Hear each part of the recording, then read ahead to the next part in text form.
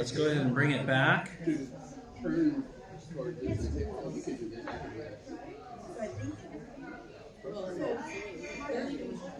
You're having really good discussions at your tables, I can tell. So where did we notice the law? What were some examples of the law at our tables?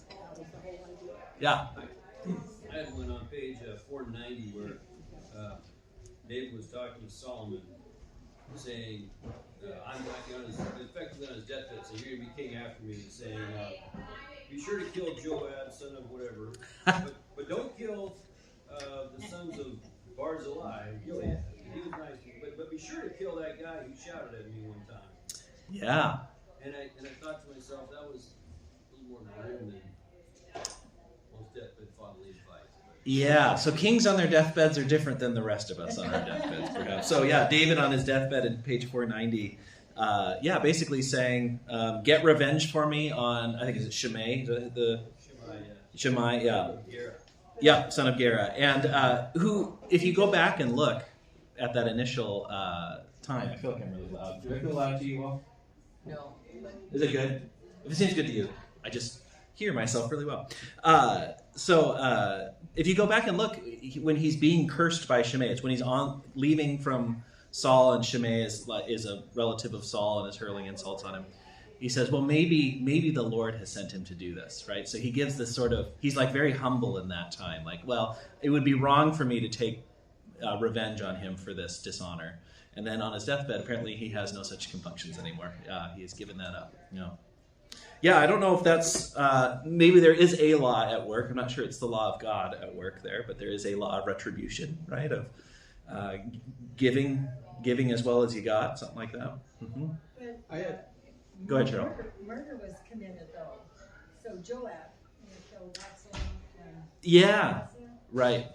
So Joab takes it upon himself to kill enemies of David when David is unwilling to do it. Mm-hmm. Go to the third paragraph from the bottom, though, and he's going through indicating how the person is supposed to act. Yeah. So that sort of thing. I mean, that's more of the law than... That is, exactly, good. So here he's delivering, he starts out, right, walk in obedience to God, keep his decrees, his commandments, his regulations, his laws. Do all this so that you may prosper in all you do. And then at the end he adds, and now here's some special commands for me.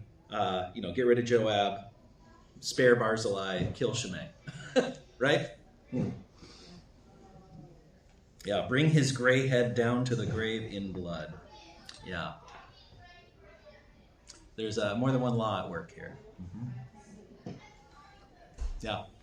So I had another one that I had a problem with in this one. And this was on page 478, 479, the account of the famine for 3 successive years. Yeah, this is a strange one. And God saying, this is because you were bad to the Gibeonites, and the Gibeonites saying, well, give us 7 male descendants of Saul to kill, and then we'll forgive you. Mm-hmm. And he did.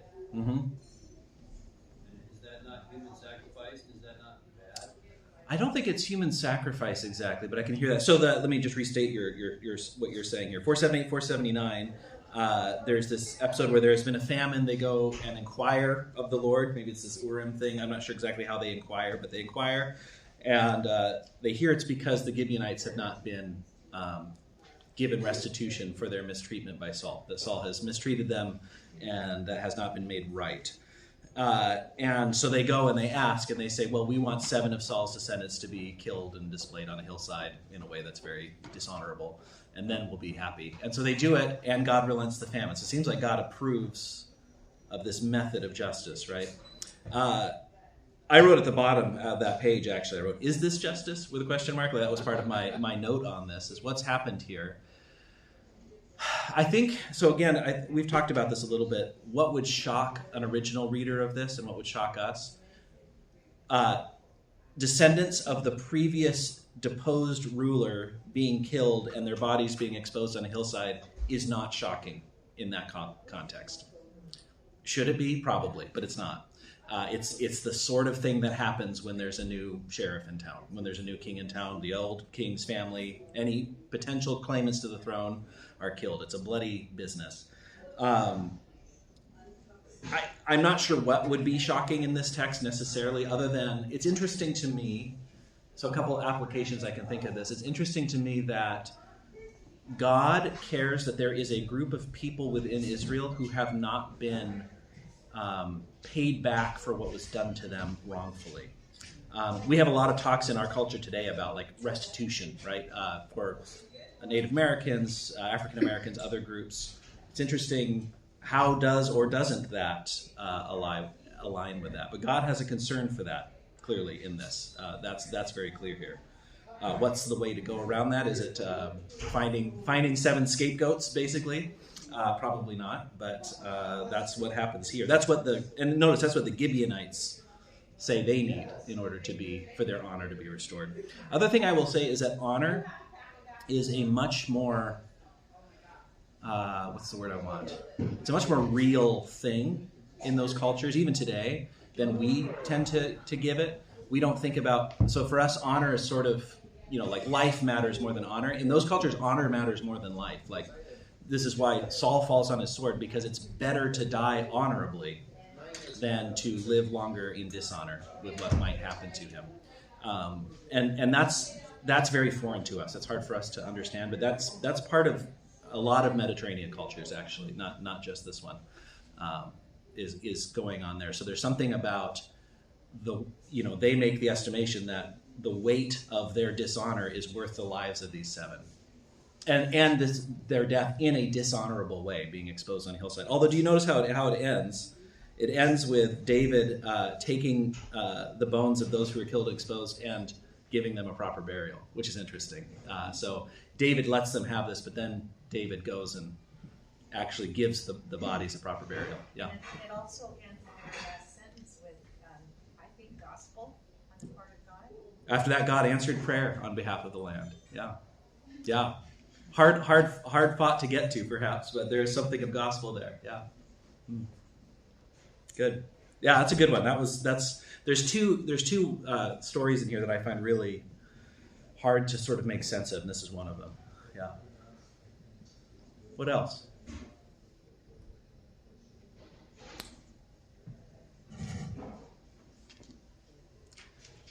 Yeah. I guess when Tamar. Mm-hmm. was raped, that's definitely against God's law. Yes, clearly, in a few different ways. Yeah. Mm-hmm. Yeah, when Amnon rapes his sister. Mm-hmm. Yeah, half sister, I guess, but still. Mm-hmm. And then David doesn't really do anything about it. Yeah, you get the sense of David's sort of ineffectiveness as a father in a lot of ways, actually. Very well. No, he doesn't. Mm-hmm. He doesn't do anything about it. And then when Absalom takes matters into his own hands, David is very reluctant to do anything against Absalom. Joab's the one who does it, who actually kills Absalom. David is not willing to do anything like that. David's not willing to, maintain discipline in his family, basically. Yeah. Mm-hmm.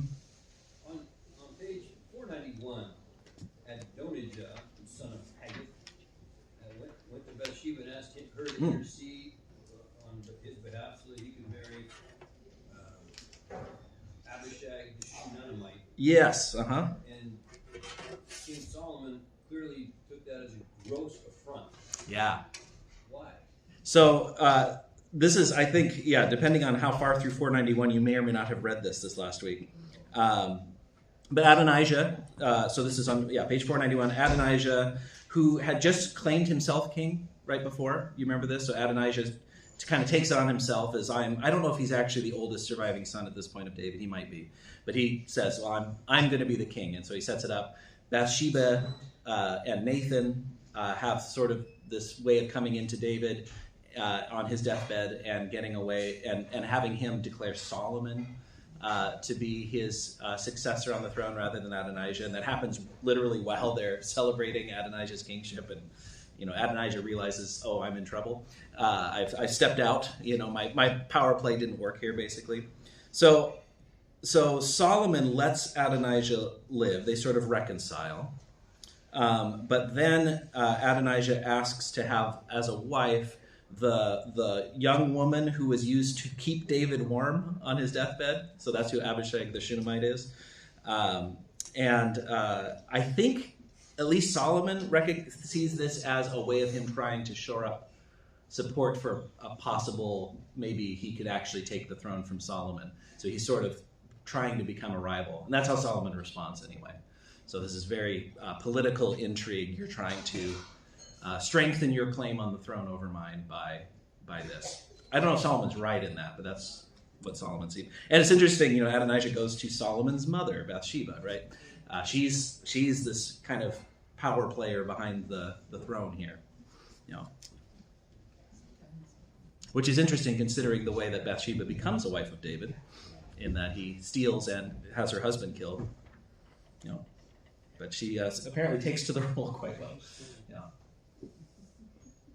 Solomon had mercy when Adonijah went and hung on to the horns on the altar. Yeah. And forgive me. Yeah, and Solomon does He does. until Adonijah takes a step, and then that's it for him. What about the gospel? Where do we notice the gospel here? We didn't name the best example of law, so I will bring you back to it, and we'll walk through it a little bit here after this. But where do we notice the gospel? 455, I think it was. 455. Yes, that's one I have written down. I know what it is already. It helps that I preached on it last week. So where on 455 are you noticing in particular? Paragraph? The Lord declares to you, the Lord himself will establish a house for you. Yep. So here is God making David this extended promise, right? That is, what David has not done anything to deserve it. I mean, God is very clear. I'm the one who does these things, right? I think I said last year, God gets the verbs, right? God gets the action words. I did this, and I will continue to do these things. Yeah, good. That's an excellent example of gospel. And I see, I will be his father and he will be my son. That kind of is like the birth of Jesus. Yeah, so later on, I will be his father, he will be my son. So we see this fulfilled most clearly in Jesus, right? Who we call Son of God, right? Yeah. Good. What else do we notice? Gospel. Yeah.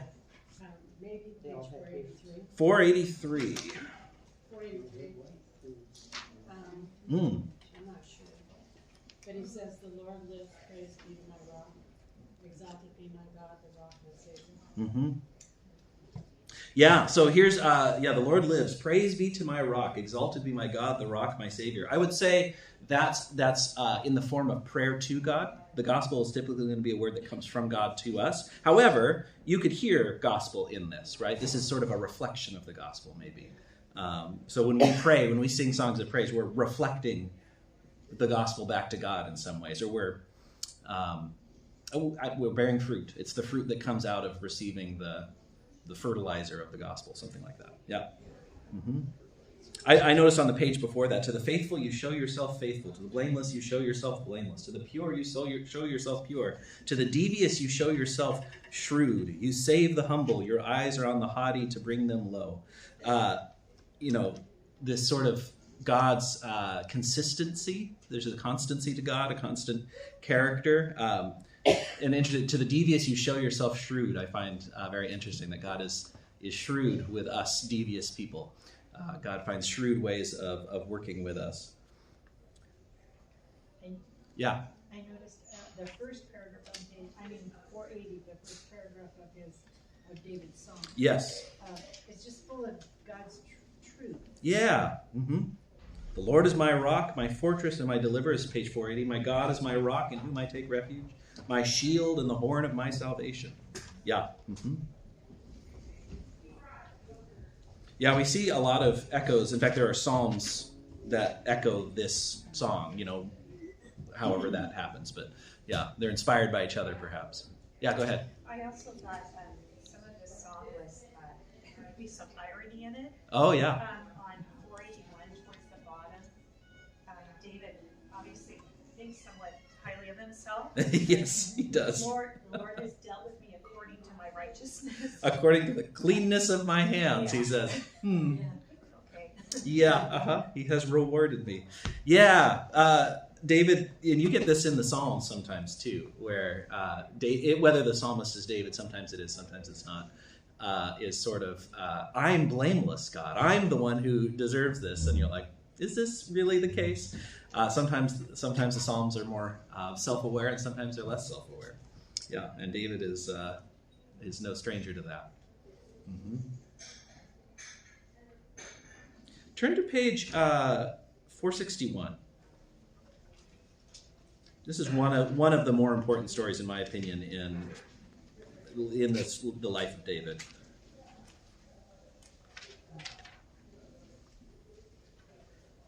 So this is the story of David and Bathsheba, right? So David he doesn't go off to the battle with his men, which you kind of get the sense maybe he ought to have, right? But he doesn't. He sends them off at the time when kings go to war, so the spring, right? You know, when the weather's good and there's not as much farm work to be done. David is back, lounging in Jerusalem, and he looks and he sees a woman bathing on the roof of their house, which is a normal place to bathe. Roofs are sort of your private area to some extent. And he looks, he's invading on her privacy here. He sees her, he likes her, he doesn't know who she is, so he sends a servant to go find out and take her. They have a sexual relationship. There's been a lot of talk about consent and so on in the last 10 years, the Me Too movement. It's hard to see how you say no to a king, but so what Bathsheba's level is here is a little, I don't know. It's not clear. Like we said, later she clearly takes to the role, but I'm not sure what it is at this point. But he takes her, she becomes pregnant, and he wants to cover it up, right? So far, this is the sort of thing kings do. Kings just do this sort of thing. And while it would be certainly seen as distasteful, it's not like there's anybody who can really enforce this on David, right? He's the king. The king kind of is the law, makes the law here. And so David comes up with a scheme to have Uriah, who, if you read through the names of all of David's mighty warriors, Uriah is named as one of his elite, one of his special soldiers.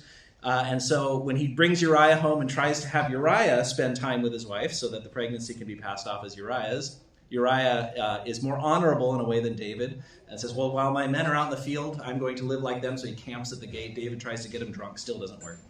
And so David decides he has to have him killed, right? And he has him killed by telling Joab to basically make this bad military decision, leaving Uriah exposed at the front. And Uriah and many others die as a result of that.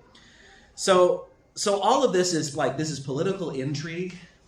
But in the ordinary course of things, this isn't something that would have any consequences for David. I mean, this would be the sorts of things people talk about and whisper about, but I mean, this is what kings do.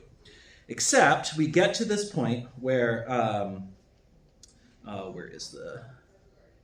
here, right at the top of 461, the end of that first paragraph, the thing David had done displeased the Lord. So the thing that's new here is that there is somebody who is above David. That David actually as king is not actually above the law. We've been talking about kingship throughout Judges and 1 Samuel, and how when they ask for a king, God says they've rejected me as king. So sort of the ideal is that God is the giver of the law, the king, the one on top, and everybody is below. But they want a human king, and human kings act above the law. This is a thing that repeatedly happens. And actually, the more you read the scripture, the more you notice anytime there's royalty, they're almost never portrayed in a great light. And even when there's sort of redeeming things about them, like David is actually held up pretty highly, there's a lot of warts there, right? So David has done something here. A word has to come to David. So Nathan the prophet comes and he tells this parable, right, about this man who has a sheep, this rich man with 1,000 sheep. I can't remember what the exact numbers are. And then I love the way that the poor man's little ewe lamb is described. He raised it. It grew up with him and his children. It shared his food. It drank from his cup. It even slept in his arms. It was like a daughter to him, right? Just this one little ewe lamb. It's sort of A little, almost stuffed animal little thing here. And the rich man doesn't want to take one of his sheep, so he takes the man's ewe lamb. And so here's David with his many wives and taking and having Uriah killed. Taking Bathsheba, having Uriah killed. So the parallel is pretty obvious to everybody except David. So David, he tells this story, and David says, well, this man must die. David is angry. He sees the injustice in it immediately. And then Nathan does one of the most probably dangerous things Nathan's ever done. He says, you are the man, right? Points right at David. So that is the law. All of this is the law at work accusing David. So this is Nathan the prophet speaking God's word of law to David, calling him out where he has done wrong, doing it in a roundabout way so that he can hear it, right? This is part of preaching too, is sometimes you can't say things directly. You have to find a way to sort of trick people and think you're going one way, and then you zag on them, right? That's what Nathan does here. And he says, you are the man. Now, a lot of kings, that's the end of Nathan, right? I mean, that's you can imagine Nathan being struck down right there. Others have been struck down in David's presence for less. So Nathan does that, but David immediately recognizes that he's in the wrong. Like, he immediately recognizes that this is a word from God, and that he has indeed done wrong. So this is all the law coming against David. You know, you struck down Uriah the Hittite with the sword. You took his wife to be your own. You killed him with the sword of the Ammonites. There is a consequence which comes from this. Therefore, the sword will never depart from your house, because you despised me and took the wife of Uriah the Hittite to be your own. Out of your own household, I'm going to bring calamity on you. So this all is fulfilled through the Absalom story, right? And other things in David's household. But like, you're living by violence, here you go. Violence is how it will come. What does Jesus say? Those who live by the sword will die by the sword. And all of that is the law. So David hears all this. This is down near the bottom of 461 now. And he says, I have sinned against the Lord. So he's contrite. He recognizes it. And now there's going to be a word of gospel. Nathan replied, the Lord has taken away your sin. You will not die. So David he has done something evil. He has been convicted of it. He has repented. He is forgiven, but the consequences of his actions still carry on. So this is something I think that's really helpful for us to, when we talk about forgiveness of sins and the way that the law and the gospel work together. The gospel, God's forgiveness, does not mean there will be no consequences here and now for the things that you have done. All right? If you receive forgiveness for, I don't know, stealing from somebody, and then the police come knocking on your door, you don't get to say, well, my pastor forgave me, so you can't prosecute me for this, right? That forgiveness is real, but it does not cancel here and now consequences. Sometimes they can be, but this doesn't, right? And this is a great example of, here's Nathan, there's specific consequences for what he's done. One of the consequences is that baby is going to die. The baby that Bathsheba is currently pregnant with will not live. His son, Solomon's older brother, actually, if you think about this, so except he doesn't live, but he dies, and so all of this law and gospel work together. And then I think 462 is very interesting too. The story of David trying to convince God not to carry out the punishment. Did you notice this? The child becomes sick. David is fasting. He's laying in the temple. He's doing everything he can. He's in sackcloth and ashes.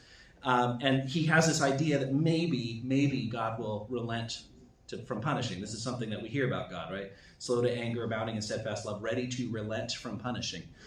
Maybe God will do it. God doesn't.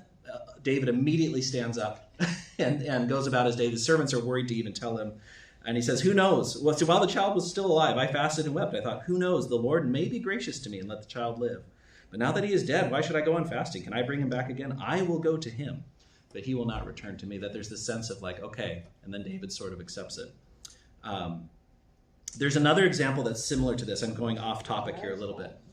Where David takes he takes a census, and everybody's like, David, this is a terrible thing that you've taken a census. I don't quite understand why it's a terrible thing, but it's brought up in Chronicles too, retelling. So like, this is clearly like, I wonder if you lived closer to the time, if you'd be like, oh, that time David took, like everybody seems to know about this. But whatever the problem with it is, which is maybe not trusting God, maybe it's being too militarily oriented. I don't know. He gets the option of a punishment, and the punishment is that maybe the enemies of Israel will come in and attack you, or there will be a plague, or I can't remember what the third one is. But he chooses the plague because he says, "I'd rather be in God's hand than in the hand of the enemies, because God might relent." Like the chances are better that God will sort of pull back from this, and God actually does. God doesn't do the full promised punishment, but if I hand us over to the human enemies, they won't relent. They'll go all the way. Yeah. Is there a connection then because when Jesus is born, he ends up in Bethlehem because of the census? Isn't that interesting? Yeah, good. So there's a census that brings Mary and Joseph down to Bethlehem in Luke's telling of the gospel narrative. Yeah, so censuses are not. We have sort of a fairly neutral thinking of like census is just sort of like, well, it's a way of of course it makes sense to do it. In the ancient world, censuses, the only reason you have a census is for one of two purposes. Well, really for one purpose. It's to get things from the population, right? So it's either in the form of taxes or in the form of military conscription. That's basically why you take a census. So in Luke, the census is a symbol of Roman oppression, right? It's, Caesar has declared that the whole world, which is the Roman world, must be taxed, right? Must be counted. And so it disrupts their lives. So David does something similar in that. I think that, clearly it's seen as a bad thing. Yeah. What I understood was he was taking the census, but they weren't at war, so he didn't need more warriors. That could be, yeah. But then also, it was like 3 days of a plague, 3 months for the famine, and 3 years for the war. Maybe that's what it was, yeah. Yeah, Uh-huh. so, it was interesting that it was... So he picked the shortest, 3 days, let's get it over and done with, yeah. Uh-huh. It was better than long famine or war, yeah. Yeah. Mm-hmm. What The easier way of it. I'm wondering the timeline from Adam and Eve to now. Yeah. The amount of people that they counted during the census is huge. Yeah, it's 800,000 or something like that? Is that what I remember? More than that. Yeah. And that's just of that area. That's Israel, yeah. Mm-hmm. And it seems like that's such a large number of people that have occurred over a reasonably short period of time. Yeah, so the question is, it seems like a lot of people for what's a reasonably short period of time from Adam and Eve to there. And even from Noah, from Noah to there, right? Actually, because it's even shorter. I don't know enough to give a real good mathematical answer to that. I don't know how fast we multiply, but yeah, but maybe somebody does. I think it's interesting that comparing those numbers. I didn't go and compare these directly, so I don't have these fresh in my head. But the numbers of the census compared to the numbers in the wilderness, they're not that different, actually. There's 800,000 able-bodied men who can handle a sword, and then in Judah there was 500,000. Yeah, so let's go. Yeah, 1.3 million between the two, and of course, counting is something that's helpful. Was helpful when I was learning Hebrew. Is the words for big numbers like 1,000, so Aleph in Hebrew means 1,000, they're fuzzier numbers than we're used to working with. Partly because it's hard to relate some simple mathematical things that we take for granted that just didn't exist, like 0. The number 0 did not exist until about, I think, 1,000 years ago, something like that. It's invented by Arabs. And so when you don't have a 0, you can't write big numbers efficiently. So if you've ever seen Roman numerals, like how do you read a really big number in Roman numerals? You have to count the number of m's and then subtract. You have to do a lot of math. So counting is just hard. We have a very simplified number system that is, this number 0 had to be invented to do this little placeholder circle thing, right? And we got that again from, so we use Arabic numerals. That's where that's part of the big innovation that happened in I think around 1000 in the Arabic world. And so when you're talking about these big numbers, everybody knows that the margin of error is pretty large. So 1,000 kind of means a lot, more than you can reasonably count. Like there's just a ton of people here, right? And so some of these, when you hear those large numbers, you have to kind of just know that there is fuzziness there, because that was just the nature of things until pretty recently in human history. But there's so many instances where thousands of people were killed. Mhm. Thousands were killed. Yeah. It sort of makes you wonder, well, how was there anyone left? Yeah, right. Exactly. Mhm. The little son. Yes, yeah, exactly. Saul has killed his thousands and David his 10,000s. Yeah. Mm-hmm. Yeah, in some ways too, it's almost like the name thousand might, in some cases, refers to like a military, like a division. I don't know the right terms, but like an army division or something like that, which may or may not be literally 1,000. So I remember noticing this in the David and Goliath story. You remember when David's dad sends him to check? He sends him some cheese for the commander of his of the son's commander. If I remember right, I believe the way that's put in Hebrew is it says the leader of their 1,000. That is literally what it's called. So he's their 1,000 leader who's over them. And there the sense is really clearly like their division, like the leader of their. And in fact, I think the NIV actually translates it that way. But so their 1,000 doesn't necessarily mean 1,000 people. It means a lot of people, maybe 1,000, maybe more, right? But it's these numbers work in kind of those sorts of ways. Yeah. Oh, I like the idea that apparently there are exactly 1.3 million people. Like that's a really even number to hit, on the whole nation. But they're just not understood to be real accurate numbers like we have or think of. That 1.3 million split between Israel and Judah. Yes. Judah separated them. Good. I'm glad you noticed that. I noticed that too. So the populations are listed separately. So consistently, from kind of the time of Saul onward, there is this division where Judah, the one tribe of Judah, has really outsized influence. And so Saul is not a Judahite. Saul, the first king, he's a Benjamite. And he is much more recognized by the other 11 tribes than David is at first. So remember, it's Saul's son who the other 11 tribes say, this is our king, he's the son of the king. And Judah sides with David. It's not all that explicitly stated, but you'll notice that there's this kind of continued tension as, is David really king for all Israel, or is he Judah's king, right? Is this one tribe sort of exerting their influence over the rest of us? We're going to see that after Solomon. I can't remember if we get there this week or not. I can't remember if we get all the way through Solomon's life this week or not. But if we do, after Solomon dies, the kingdom actually will split, and this is how it splits. So we see that there's already this kind of schism between basically north and south, actually. So Judah's the southernmost of the tribal areas. And when the split happens, it's Judah and a few other, I don't know if it's all of Benjamin, but a good chunk of Benjamin ends up being with Judah as well. But most of the tribes are the northern kingdom, which is called Israel. So you have Israel, and you'll actually have two political entities, Israel in the north and Judah in the south, that war against each other sometimes. But we'll see that. I thought I remembered that Benjamin Knights and Judah were the southern. Yes, yeah, and I think a little bit of Manasseh, if I remember right too. Like it's not a real clean split, but yeah. But you wonder why it was divided. Yeah. The majority. It seems like the majority would be up there in Israel. Yeah. Well, and here they are, right? It's 800,000 to 500,000. So it is the majority. It's not a huge majority, but yeah. And then Judah, and you can see if Judah, one tribe has more than a third of your total population, like they're going to be able to exercise a lot of influence, right?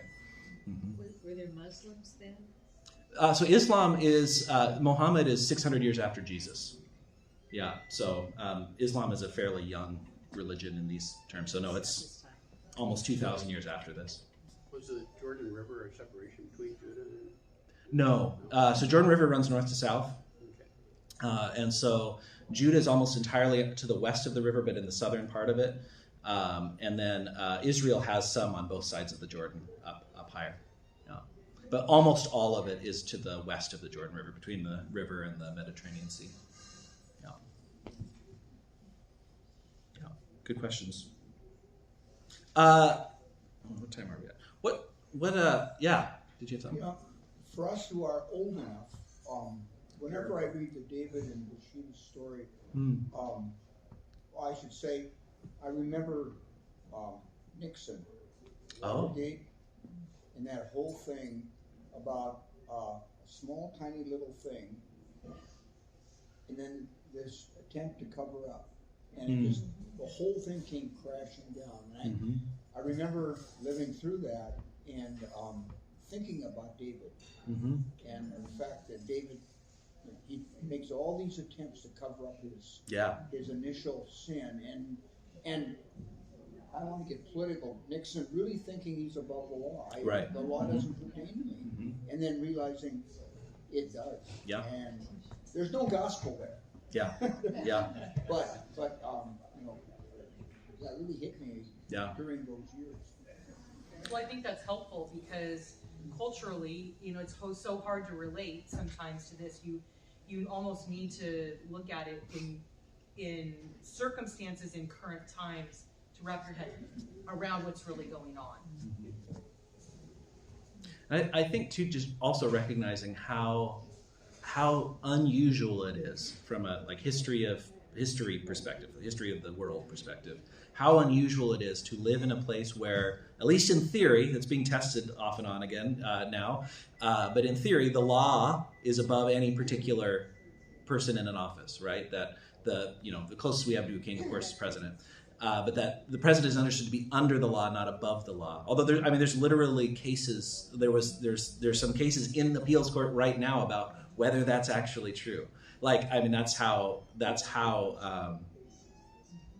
fragile this is in a sense. So what's being described here is much more within the norm of world history than what we experience. So we look at this and we're like, wow, that's ridiculous that a king could get away with that. It's like, no, kings get. In fact, it's astonishing that David gets as much. That anybody stands up to David at all, actually, is what's astonishing here. Kings do what they want. Leaders, rulers do what they want. And again. And we're going to get in a series, we're coming as we get into the book of Kings, the second half of Samuel Kings, where it is especially talking about, after Solomon, there's a lot of kings in short succession. We're going to hear about a lot of kings. So we've been sort of slow motion through about... maybe 60 years of timeline here in the last few weeks. And we're going to go through, in the space of a couple of weeks, we're going to go through 4 centuries. So it's going to really speed up. And you'll see, and almost all of the kings are not seen that well. In fact, there's, I think, 2 of the kings that are given a positive review out of these, 30 or so that we're going to hear, both in Israel and the South. Doesn't seem like our history has learned a lot. No, it hasn't changed much. Current day situation. No, you're right. You're absolutely right. Things have not changed much. To me, that's one of the benefits of reading the Old Testament, is seeing that. So, like that verse I mentioned, with the devious, God proves himself shrewd. God has been being shrewd with us for a very long time and will continue to be now today. God continues to have to deal with people like us in situations like we're in. None of these things are new. And that's depressing if your hope is in sort of human progress, in the hope that we will be better someday of our own effort. But it's comforting if to recognize that this isn't new to God. It's not like we're doing something that God doesn't know how to deal with. God will figure it out. And so to me, I find comfort in that as well. Yeah. What else surprised us in this section? Yeah. I have a surprise on page 457. 457. In the middle where David says his sons are priests. Right in the middle, that little middle section. Yeah, And David's sons were priests. Why would he call them priests? It sounds like they were serving as priests. Yeah. Which doesn't seem to line up with this whole, the Levites are the ones who are supposed to be priests. I think this maybe is another indication that things as they are laid out to be in the wilderness, this is not how things go when they're actually in the land. Kind of lets them do what they want. Yeah, that's true. That's true. Good. I hadn't thought about that, but that's probably David being an ineffective father here again, actually. Yeah. Mm-hmm. Yeah. No, that's good. I will. By the time of Jesus, the priests it's a political office, and of course, there's not elections, so it's not political in that sense. But it's political in the sense that the family who gets to be the high priest and have the priesthood, they have that because they've negotiated with the rulers to have that. So when Herod, so King Herod, who's the king, and when Jesus is born, we're going to hear about him this morning, I think. When the one who tries to have all the does have all the 2-year-old and under boys of Bethlehem killed in an attempt to kill Jesus. When he comes into power, the way that happens is that there is an alliance made between his family, and this other family, I can't remember what they're called, but this other family that has a lot of power and influence. And the deal is, you can be high priests, and you support our bid for kingship. Basically, is what happens. So the priesthood is entirely compromised at that point, and we have the Dead Sea Scrolls. You've heard of the Dead Sea Scrolls. A lot of the Dead Sea Scrolls are people complaining about the corrupt priesthood in Jerusalem. Like a big chunk of that is that this has been totally taken away from what it was supposed to be, that it's completely political now. And I think David's sons being priests here, this is an old problem, right? Mm-hmm. Yeah. So I had a question on page 457. The son of Jonathan, Mephibosheth. Yes. Or Mephibosheth. Repeatedly, when they refer to him, he's lame in both feet. Yeah. Why is that stressed every time they say his name? It's a great question. So why is it whenever Mephibosheth is brought up, it's mentioned that he's lame in both feet? Well, it's said that it's because he was dropped as a baby. You remember that story? So the story of his birth, it's told. So it might be a way of just reminding us of who we're talking about. It might also be a way of, I could imagine him painting him as not much of a threat, maybe. I don't know if that's the case, but he can't fight, presumably. Maybe it's a way of, so I think I mentioned this before, Mephibosheth, I can't remember what Mephib means, or Mephi at the beginning, but Bosheth means shame. It's actually so Bosheth, and Saul's other son is called either Ishbaal or Ishbosheth, which is man of shame or man of Baal. And so it might be a way of just embarrassing him, honestly. It might be a way of sort of lowering his status as he's one of, because he's a legitimate claimant to the throne, right? And so it might be a way of sort of talking that down. I'm not sure, though. It's a good question. Yeah? In talking about names, it seems like the main characters have more English names than they're all the Hebrew names that are... Or another way of thinking about that. So the comment is the main characters seem to have more English-sounding names than the rest of them. Or a lot of our names have come from the main characters. So they sound more English because we use them, right? Sometimes that's because they've been changed as they come down through languages. So there's no J sound in Hebrew, for example, but we see a lot of J's. So Solomon's other name, which I had forgotten about, Jedediah, did you notice this? Which I'm not sure if it's ever mentioned again, that they named Solomon Jedediah. So Solomon in Hebrew is shalomo, means peace. It's from that word shalom. And Solomon does have a peaceful reign, although it's at the cost of a lot of oppression that then breaks apart as soon as he dies. Jedediah means beloved of Yahweh, beloved of the Lord. So that Yah at the end is Yahweh. The did is the same letters as David's name, actually. So David's name is sort of in the middle of Jedediah. David just means beloved, is what the name David means. So sometimes they've been changed too. So in Jedediah in Hebrew, I just looked it up. Yedidiah, I think it's Yedidiah is how you would say it, which doesn't sound very English. But partly they've been Anglicized in the translation. Partly because I think Y comes down, it comes into Latin, eventually becomes a J.